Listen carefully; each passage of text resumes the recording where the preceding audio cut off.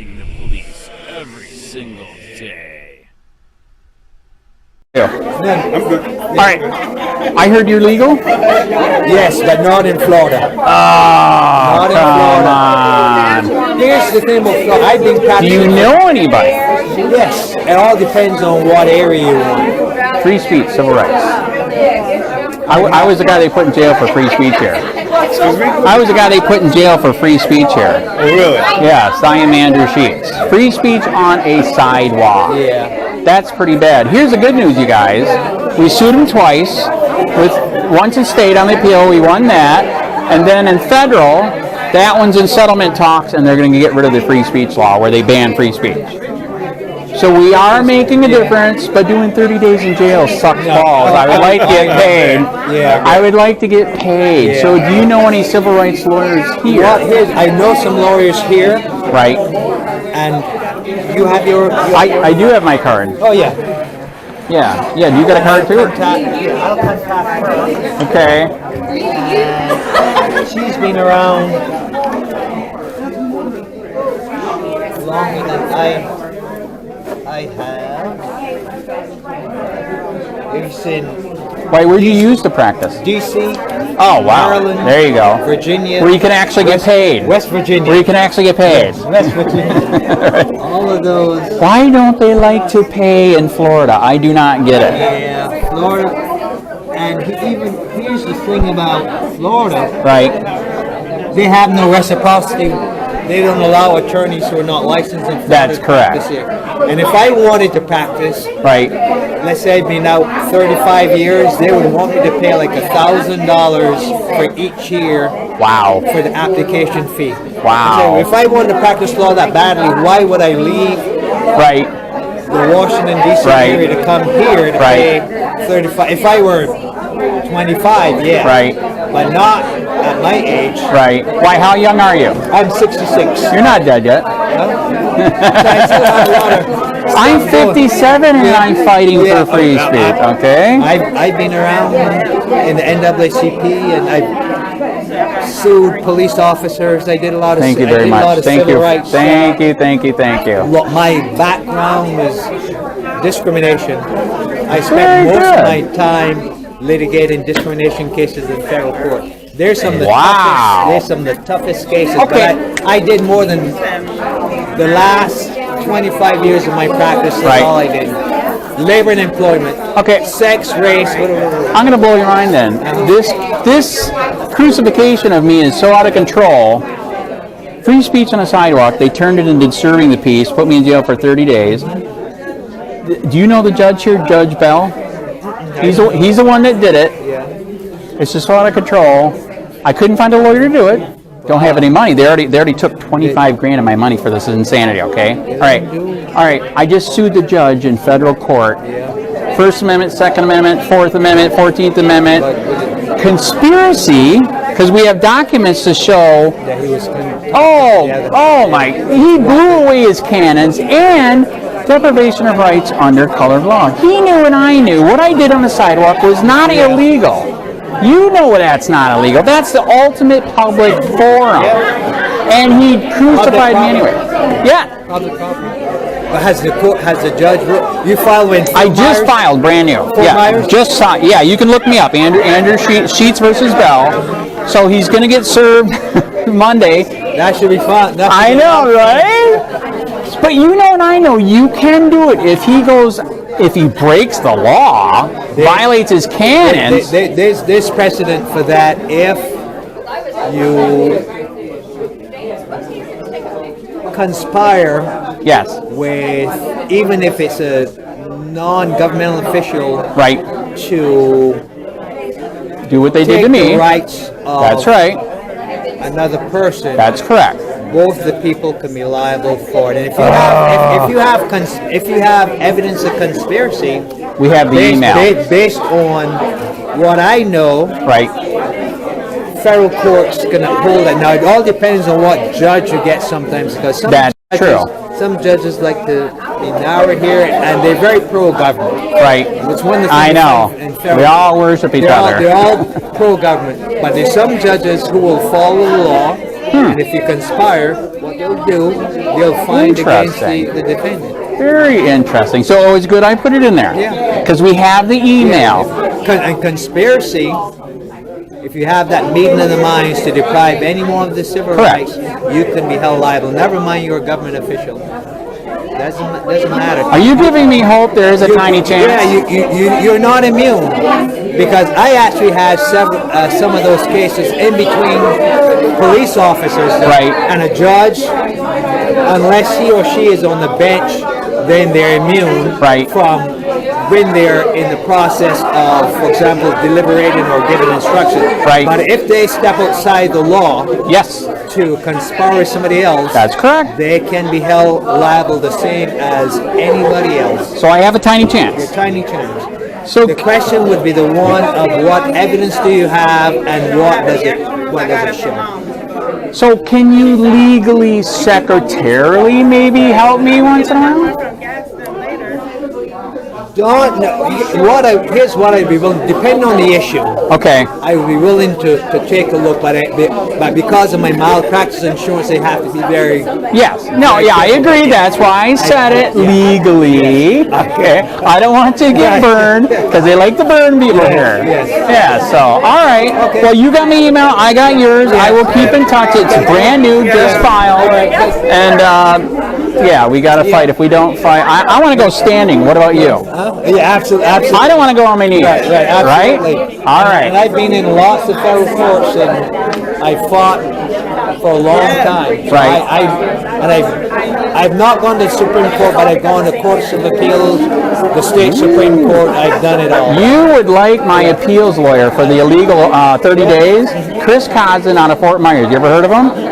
He became a civil rights activist because of what they did to the blacks in the 60s. He is awesome. I would, but send me, when you send me an email, send me a link to his bio. I'd like to read it. Yeah, he's really good. If you read his appeal, woohoo, he's good. So anyways, good to meet you. Okay, good to meet you. I'll keep in touch. Right. Thank you.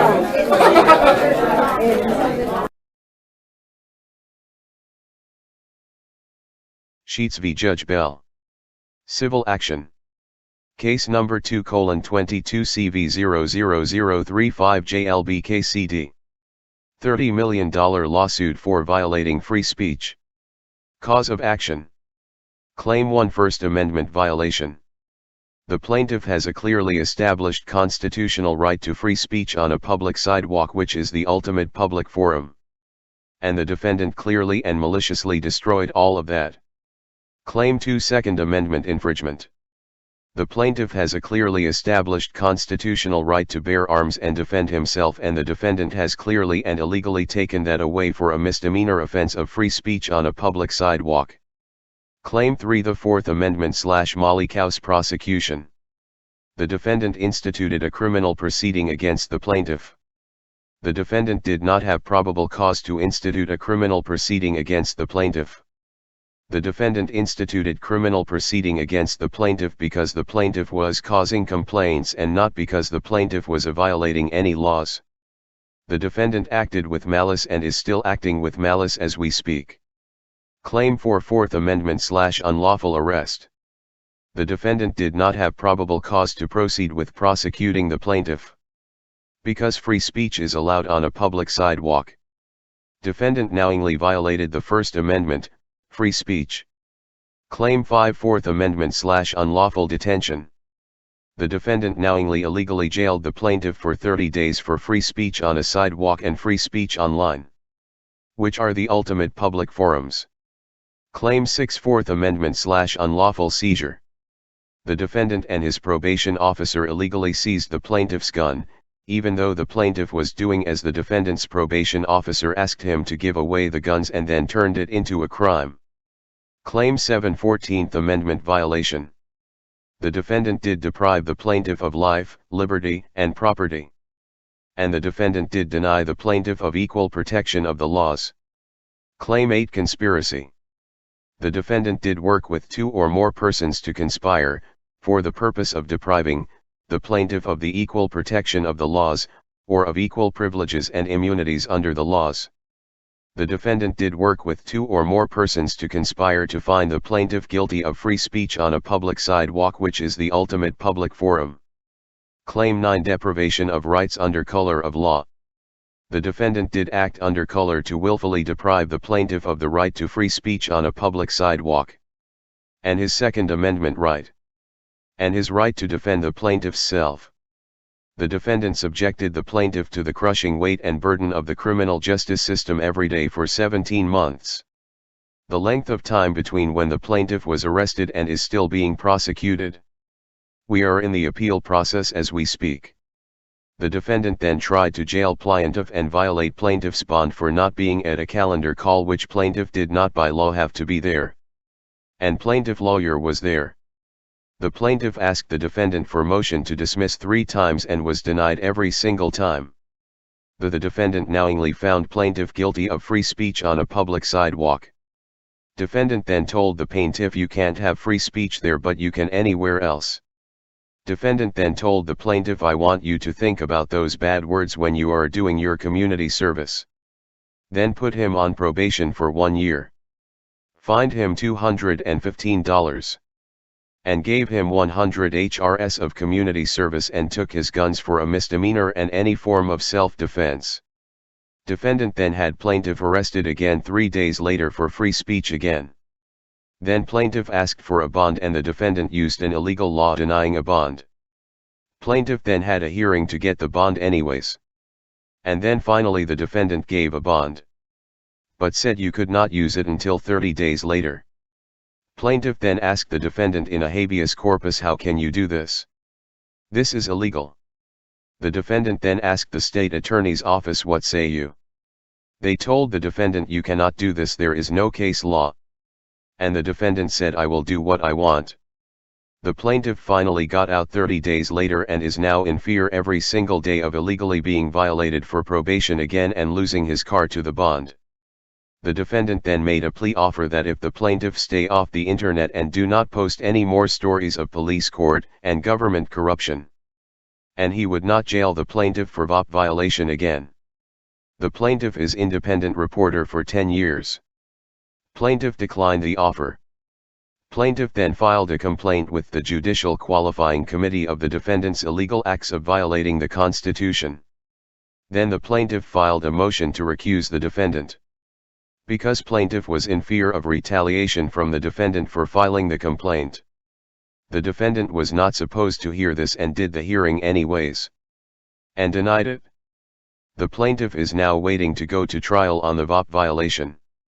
The defendant subjected the plaintiff to the daily dread and horror of facing the possibility of another arrest at any time, and jailing again without bond, and the possibility of plaintiff losing his car to the bond, and losing more time away from plaintiff's family, friends, church, and losing more business from the plaintiff's home cleaning company. Plaintiff also in fear every single day because the defendant through the probation officer stripped him of his guns and anything that can be used as self-defense, including pepper spray. Because the defendant and probation officer said, I'm a threat to the building where plaintiff protested abortion. Plaintiff informed them he has been assaulted 8 times. And none were charged. And has multiple stalkers for plaintiff's beliefs and causes. Defendant and probation officer have also stripped plaintiff's wife from any forms of self-defense including pepper spray. Defendant has caused plaintiff to spend $21,000 so far. In court fees and fines, community service, lawyers and bonds. The plaintiff asked the defendant motion to dismiss a total of 4 times throughout this 17 months and was denied every single time. The defendant caused the plaintiff to be deprived of free speech and has taken away his firearms and any form of self-protection. Defendant tried to destroy his family and livelihood for 30 days. The defendants caused the plaintiff loss of dignity, loss of privacy, and loss of status. Caused the plaintiff to be subjected to mental and emotional anguish. And caused the plaintiff to be subjected to fear and anxiety. Regarding each claim against the defendant,